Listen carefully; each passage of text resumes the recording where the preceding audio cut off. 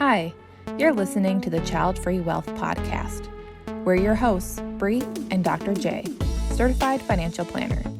Here we discuss life and finances as it relates to being child-free. This podcast is for educational and entertainment purposes only.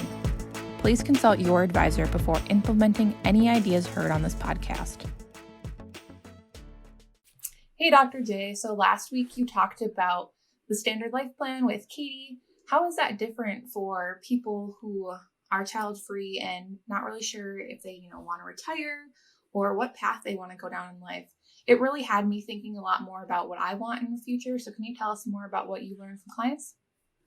So in the financial planning literature, you essentially fall into two buckets. You're either pre-retiree or retiree. That's it. There's nothing in between. There's okay, I did my 20 years, I got the watch, I retired. But I don't know that that's true anymore. So, Bri, do you think if you put in X amount of years, you're going to retire? I do, actually. I do. I don't want to be working, full time my entire life, but I also do eventually want to stop working. So you're going to do what we call phased retirement. We're going to cut from full-time to part-time and then maybe not work. Yes, that sounds more like what I'm hoping for. That's fair. As I dive in with clients, I find that people ask me, well, when can I retire?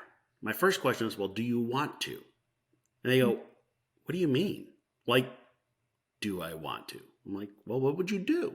And they go, well, what I'd love to do is stop doing what I'm doing and do something else. Well, that's an encore career is the other word for it. But I want to change a pace. That is not a retirement. That is, I want to quit my job I'm at. And people go, well, when can I do that? Well, that's a different question than when can I retire? I'm working through this concept. We have got pre-retirees and retirees. There may be a third bucket of non-retirees, people that really don't care about retirement or it's not a goal.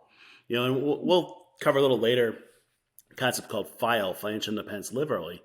But it's challenging this idea that you have to retire and sit on the couch and watch TV. That's just the classic. I was talking with somebody this morning about their retirement and they're actually going to retire. And I was like, and then what? And they're like, okay, I'm going to go do my to-do list, the honey-do list of a whole bunch of things they had to do at the house. I'm like, cool, then what? He goes, then I'll go back to work. Well, then you're not retiring. You're shifting jobs. You're shifting to something else. And the key with retirement is to know not necessarily what you're retiring from. We all know what we want to stop doing, but what are you retiring to? And one of my colleagues, Cody Garrett at Measure Twice Planners, he takes a little different spin on it. He says, if people talk about retiring early, it's RE. He says, no, how about we move instead to recreational employment? I'm like, ooh, I like that. Do something I enjoy, open that cupcake shop or something. I don't know. And how does that shift? I think the challenge is if you really don't want to retire and do nothing, that's going to shift your financial plan. So, Bri, if you retired, stopped, didn't do work at all, what would you do with your time? I would probably travel a lot more and go hiking. Granted, my body's in good enough health. I really hope I'm working hard to make sure I have good health throughout my life so I can continue doing that. And I would love to volunteer more. I used to volunteer quite frequently and I don't as much now. So I really want to do more of that and just spending time with family and friends. Okay. So if we embrace the Die with Zero approach, and for those who listen, you've probably heard me talk about the Die with Zero book before. The concept is that you have a combination between time, money, and health. And right now, you got more health than you got time and money. When you retire, you might have less health, but you have more time and money. Where if we get rid of the retirement concept and said, okay, what happens if instead you turn down work? Maybe you're working 30 hours a week instead of 40 or whatever it is, where you could do more travel now and spend more time with family now. Would that make you happier? What do you think? Absolutely. I am actually a very big proponent of a 30-hour work week. The 40 hours just doesn't feel like you can adequately do all the household things you need to do, but also spend time with people around you. So I actually already embrace a 30-hour work week and really enjoy it. Great. So if you're working the 30-hour work week, that's actually going to going to make it harder to retire. Yeah. Because you're making less money. Are you okay with that? Yes, because it allows me to do the other things I want in life. And I'm not somebody who really enjoys spending money to begin with. So I don't need a ton to live on. So here's the interesting debate. We started with, do you want to retire? And you said, yeah, I want to retire. But then you said, I really want to spend time traveling and, enjoying and, spending time with my family and all that. Cool. We said, all right, we can do that, but it slows down retirement. You said, that's okay too. So retirement itself doesn't sound like a strong goal. It's just more of, I want to have the time to be able to do what I want to do when I can do it. Yeah.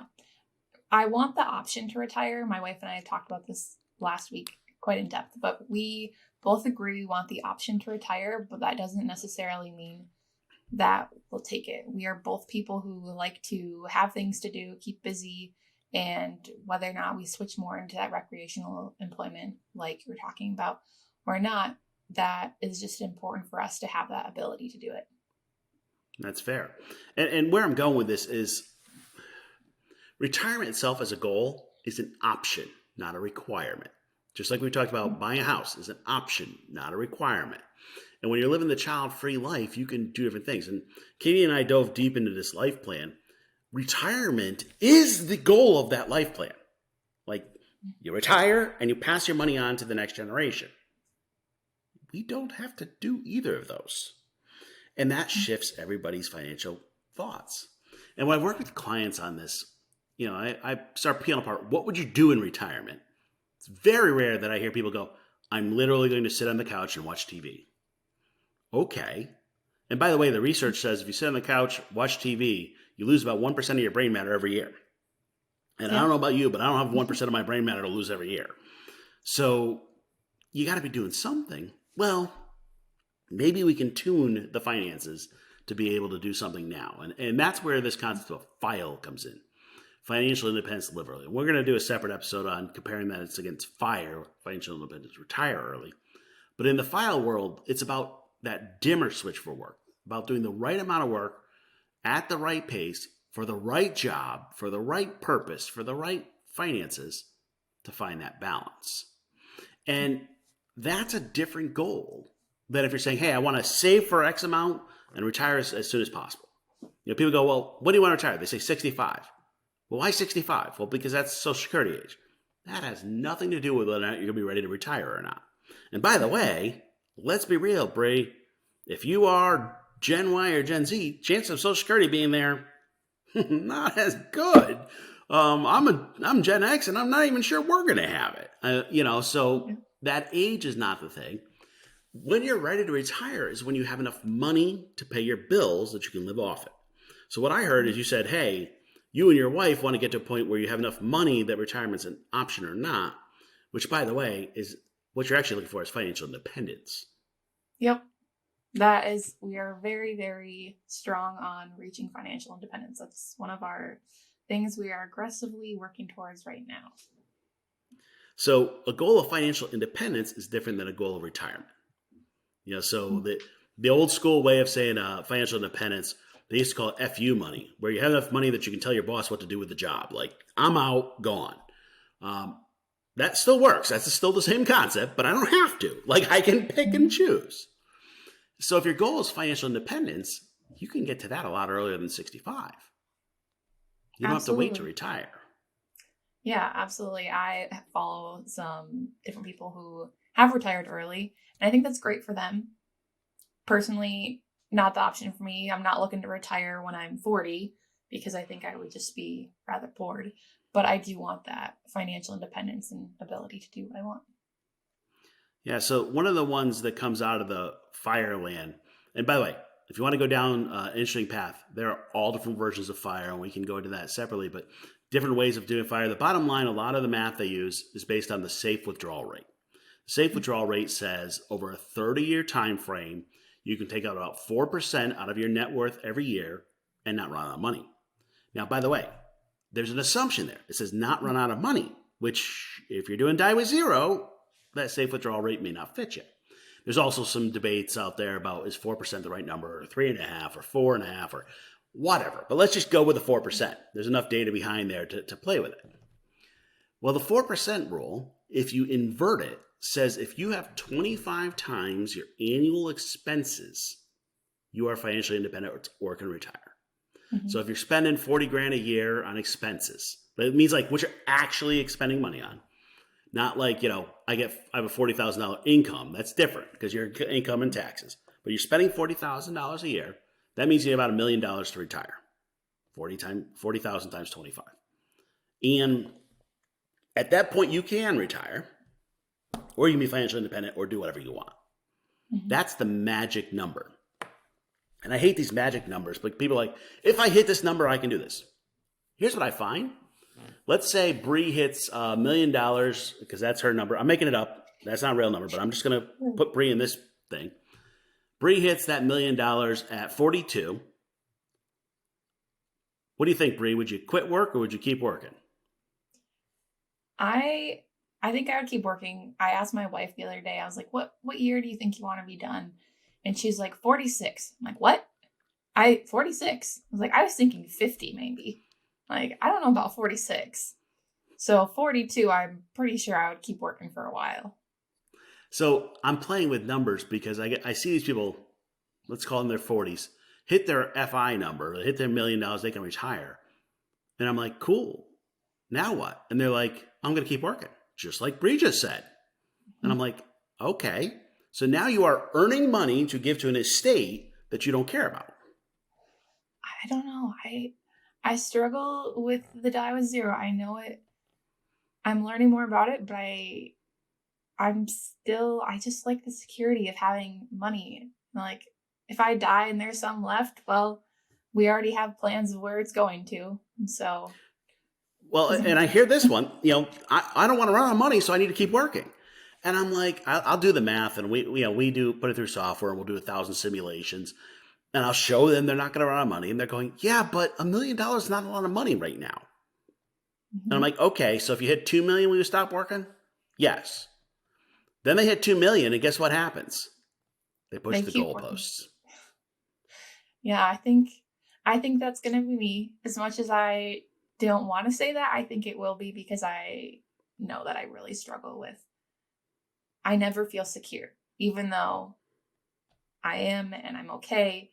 I just don't ever feel like that. And I'm working really hard to get to that. And I don't know that even when I hit that FI number, I'm not sure that I'll feel secure. So this is where people, we start off with a discussion about retirement. They go, well, I don't know if I can retire because I don't have enough money. And I'm like, you do. And I've had this moment with clients and I feel bad for them, but I'm like, listen, you hired me as a certified financial planner to go over these numbers with you. I've got a PhD, an MBA, and a CFP, and I'm telling you, you're okay. And they're going, yeah, but what if? Mm-hmm. I'm like, what if aliens come? Okay, what if? Who knows? Who cares? Nothing we can do. If you're asking the question of when am I going to feel secure about my money, it has nothing to do with the dollar signs. It has to do with your own money behaviors and your own money beliefs. Yep. And I have worked really, really hard on it, but it's still a struggle for me to feel secure, even though, like, I know that I'm okay. I've looked at numbers, my habits are good, all of that, but I still have that inner struggle. And by the way, we all do. Like, seriously, like, so do I. And I know the math of it, but the math of it and the emotions of it are two different things. Mm-hmm. If people ask, when can I retire? It's a math equation, but then their emotions are what gets in the way. Yep. Yeah, we've actually got an article, I'll link to it in the show notes, about are you saving too much or spending too much? And it's about this keep moving the goalposts and saying, well, that's part of that standard life plan. You need to just keep earning more money and give it away. And when I've worked with clients, so I meet with clients monthly, and it'll take about 3-4 months, and I'll get all their finances in a row and have a whole plan laid out. And I'll be like, you're okay financially. Then what they'll do is they'll spend the next 2 or 3 meetings with me questioning the plan. Mm-hmm. Well, what about this? And what if Social Security doesn't happen? And what if I need long-term care? What if I need this? And what if And we go through all the what ifs. And some people, it takes more than 2 or 3 meetings. It might take 4 or 5 or 6. But we go through the what ifs. Then they finally feel comfortable with it. The bigger challenge then is, then what? Mm-hmm. So, okay, I've got the money. I can retire. Now what? And I actually been tracking. I spend more time talking to my clients about spending money than saving money. And we get into, they call it deaccumulation phase of, we're spending our money. And they're like, but. I'm like, hey, we went through all the math. You feel comfortable? Do what you want. They're like, well, can I take that extra vacation? Yeah. Like, I've actually gotten a discussion, I call it the blueberry problem, where they're buying the frozen blueberries because they're cheaper than the fresh blueberries. I'm like, buy the fresh blueberries. I do that same thing. My wife the other day was like, how much did the sausage cost? Like, could you have bought the name brand? I was like, it was $1 more. But no, I couldn't. Like, now, by the way, when you're in the rent and ramen phase and you're barely making ends meet, okay, fine, get the frozen blueberries. But at some point, you need to enjoy your money and actually go on. And if you say, hey, I want to retire, cool, great. My idea of retirement. So my wife and I embrace the garden and the rose. She's the rose right now. She's growing in her career. My turn is the rose. We're going to get on a boat and travel the world. Now, by the way, buying a boat is a terrible financial decision. It just is. Boat stands for bring on 1,000. It's a hole in the water you just throw money into. Fine. I'm not doing it for the financial purposes. I'm doing it because I enjoy it. And the hard part there is shifting your mindset. Mm-hmm. And I've got a plan, and I've got, by the time I hit 59, I'd like to do that. But then the other part of it is, so I bought a boat recently, and I was on it this weekend, and not as nice as the one I want to buy, but just a starter boat. And I went up on Friday, and by Sunday morning, I'm like, all right, I'm ready to go home and get back to work. I'm like, how am I on the boat going, I should get back to work? This is the psychosis in our own brains. Mm-hmm. I'm the founder of Childfree Wealth. I'm the owner. I run the company. And the way I say it is, I work for a crazy man. Me. That crazy man was like, Sunday night, you better get back to work. Mm-hmm. I don't know if I'm going to be able to completely retire and quit and stop. I'd like to, but it's not a financial thing. It's a mental thing. It's balancing. I don't know. I mean, my challenge to people is, do you really want retirement to be your goal? What I'm hearing from you, Bri, is you want safety and security around money to be your goal. Yeah, absolutely. I know the numbers are good, and I know that we're going to be okay, but I just still struggle to feel like that. And that is what I need more than anything, is just to always feel like I'm okay. Do you have a magic number in your head? I told my wife that we can both buy the cars we want when we have a combined $10 million net worth. Cool. 10 million. All right. And by the way, my wife and I have had this debate. We can retire at 5 million, and at 10 million, we're called what's called fat fire, where you could have your own private chef. And I'm like, both of those are ridiculous numbers. You don't need that much to retire. Yep. I know. I've seen numbers before, and I'm like, oh my God, we could buy the cars we want before then. But it's still just like, I don't know, still stuck in my head.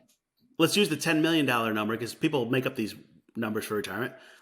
You and I have similar numbers. By the way, we're completely different generations and different life. I mean, we shouldn't have the same number. Let's just, that's how it goes. Math doesn't work. But at 10 million, you could have $400,000 a year in expenses and not run out of money. Oh, if you met my wife, well, you have met her. But if the listeners have met my wife, you would understand how we could get there. She's an airline pilot, and she's already looking for her plane. And the other day I was talking to somebody about it. I'm like, the one I want is a $75 million jet, which is quite wild. But the one she wants, I thought was $700,000. Turns out it's $1.5 million. So you got a jet, I got a boat. It doesn't matter. By the way, we all have to have dreams. I mean, the reality check is we all might be just driving a Toyota Corolla and just calling that a day. But people talk about these magic numbers. If you want to retire earlier, lower your expenses or have more money. But if you want safety and security around money, it's not about retirement age or a certain number. Mm-hmm. That's the hard part. It's that mental work that needs to be done to balance it. We're going to do a separate episode specifically on achieving financial independence.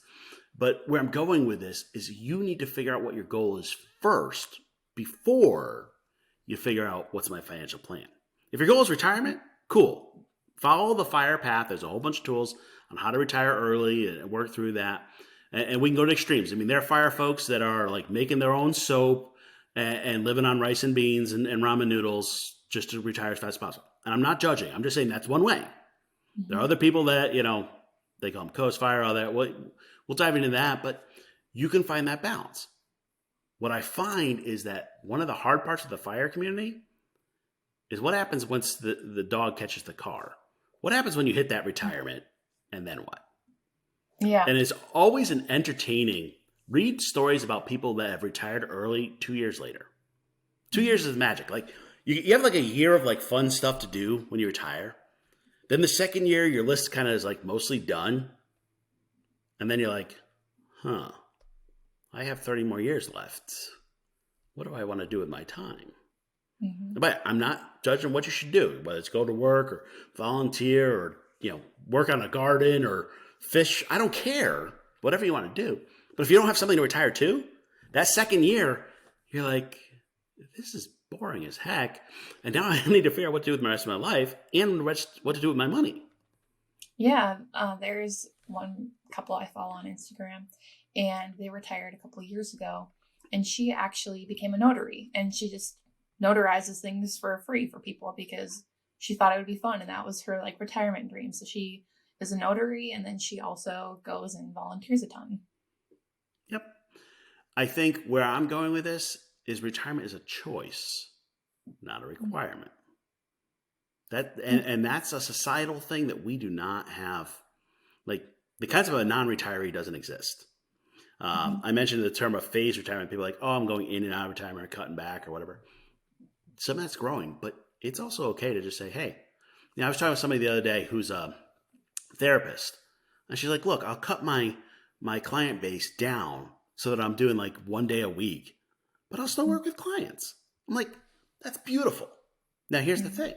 That completely changes the financial plan. It's a different math of if we're going to spend 30 years in retirement and not making any money, or if we're going to keep working as long as we can. Those are two different math, and it will change your choices throughout life.